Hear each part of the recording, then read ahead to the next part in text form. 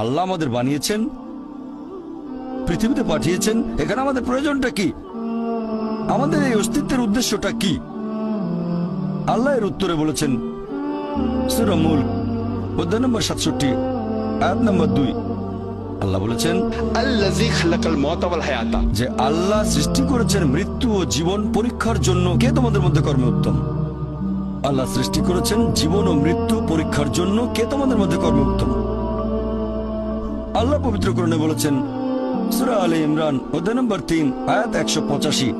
আল্লাহ বলেছেন কুল্লু নাফসিন যায়কাতুল মউত, প্রত্যেক জীব মৃত্যুর স্বাদ গ্রহণ করবে, আর চূড়ান্ত বিচার হবে রোজ কিয়ামতের দিনে। যাকে সেদিন দোজখ থেকে রক্ষা করা হবে আর বেহেশতে দাখিল করা হবে, সেই পৃথিবীর উদ্দেশ্য অর্জনে সফল কাম। কারণ এই পার্থিব জীবন ছলনাময় ভোগ ব্যতীত আর কিছুই নয়।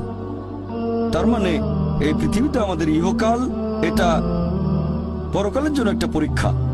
যদি আল্লাহ সুবহানাহু ওয়া তাআলার আদেশগুলো মেনে চলেন তাহলে পরকালের জীবনে বেহেশতে যেতে পারবেন, আর আদেশগুলো না মানলে বেহেশতে যেতে পারবেন না, দোজখে যাবেন। তাহলে এই জীবন আমাদের অস্তিত্বের পেছনের উদ্দেশ্য। আল্লাহ বলছেন পরকালের জন্য পরীক্ষা। আর আল্লাহ পবিত্র কোরআনে বলেছেন সূরা আনকাবুত অধ্যায় নম্বর 29 আয়াত নম্বর 2 যে তোমরা কি মনে করো আমরা ঈমান এনেছি এটা বললেই তোমাদের ছেড়ে দেওয়া হবে? তোমাদের অবশ্যই পরীক্ষা নেব। যদি শুধু মুখে বলেন আল্লাহকে বিশ্বাস করি, আমি একজন মুসলিম, আমি একজন মুমিন, এটা বললেই আল্লাহ ছেড়ে দেবেন? এখানেই পরীক্ষা শেষ? আল্লাহ বলছেন তোমরা জানো না আমি পরীক্ষা করব? শুধু বললেন আমি একজন মুসলিম, শুধু মুখে বললেন আমি বিশ্বাসী, মুখে বললেন আমি আল্লাহর কাছে নিজের ইচ্ছাকে সমর্পণ করি, তাহলে আপনাকে ছেড়ে দেওয়া হবে না। আল্লাহ অবশ্যই পরীক্ষা করবেন। আল্লাহ পবিত্র কোরআনে বলেছেন সূরা বাকারা অধ্যায় নম্বর 2 আয়াত নম্বর 155 আমি অবশ্যই তোমাদের পরীক্ষা করব ক্ষুধার ভয় দিয়ে, জীবন আর ধন সম্পদের ক্ষয়ক্ষতি দিয়ে, এবং ফল ও ফসলের ক্ষয়ক্ষতি দিয়ে। আর শুভ সংবাদ দাও তাদের যারা ধৈর্যশীল। আল্লাহ সবাইকে পরীক্ষা করবেন ভয় দিয়ে, ক্ষুধা দিয়ে, জীবন আর ধন সম্পদের ক্ষয়ক্ষতি দিয়ে, ফল ফসলের ক্ষয়ক্ষতি দিয়ে। আল্লাহ অবশ্যই পরীক্ষা করবেন। আর আল্লাহ এক একজনকে এক একভাবে পরীক্ষা করেন। আল্লাহ পবিত্র কোরআনে বলেছেন সূরা আনাম অধ্যায় নম্বর 6 আয়াত নম্বর 165।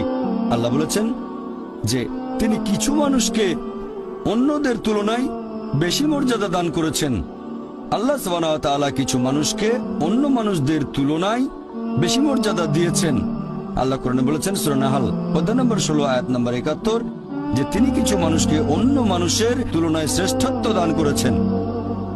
আল্লাহ এই কথা আবারও বলেছেন সূরা আনাম অধ্যায় নম্বর 6 আয়াত নম্বর 165 যে আল্লাহ সুবহানাহু ওয়া তাআলা কিছু মানুষকে অন্যদের তুলনায় বেশি মর্যাদায় উন্নীত করেছেন, আর তিনি যা দিয়েছেন তার ভিত্তিতেই তোমাদের বিচার করা হবে। এখানে অনেক লোকজন এভাবে প্রশ্ন করে আল্লাহ তাআলা এখানে সুবিচার করবেন কিভাবে? কেউ হয়তো জন্মায় গরিব পরিবারে, আবার কেউ জন্মায় ধনী পরিবারে, কেউ জন্মায় ভালো স্বাস্থ্য নিয়ে, কেউ জন্মায় অসুস্থ হয়ে। এটাই তো অবিচার। আল্লাহ তাআলা সুবিচার করেন না। তিনি এইসব আলাদা মানুষের জন্য আলাদা বিচার করবেন কিভাবে? আমরা জানি যে পার্থিব জীবনে আছে জন্ম আর মৃত্যু, বিভিন্ন অসুখ হতে পারে, কেউ গরিব কেউ ধনী, এই সবই আসলে পরীক্ষা।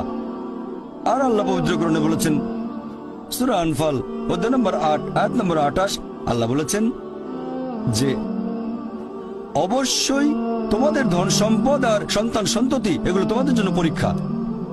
এরপর সূরা মুনাফিকুন অধ্যায় নম্বর 63 আয়াত নম্বর 9 যে তোমাদের সম্পদ আর সন্তান সন্ততি যেন তোমাদেরকে আল্লাহ তাআলার স্মরণে উদাসীন না করে।